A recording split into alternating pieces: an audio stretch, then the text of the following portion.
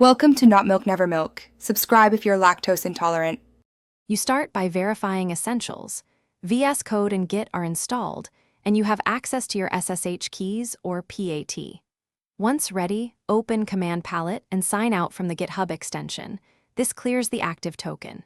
Next, remove cached credentials from your OS Credential Manager or run Credential Helper commands in a terminal. Make sure to keep a backup of any SSH keys you plan to reuse, because you will either re-add keys or configure a new token shortly. Now you add the new account credentials, generate a PAT with repo and workflow scopes, or create a new SSH key pair and add the public key to GitHub. Then configure Git locally with your new user, name and user. Email so commits reflect the right identity.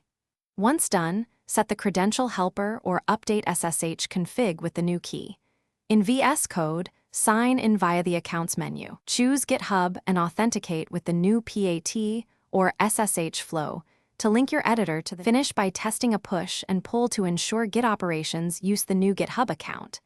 If a repo still points at the old account, update the remote URL locally to the new HTTPS or SSH address and rerun a push.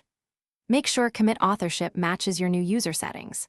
If something goes wrong, clear credentials, restart Vscode, and re-authenticate. Often re-adding the PAT or reloading the SSH agent resolves lingering auth issues. Try those steps before deeper debugging.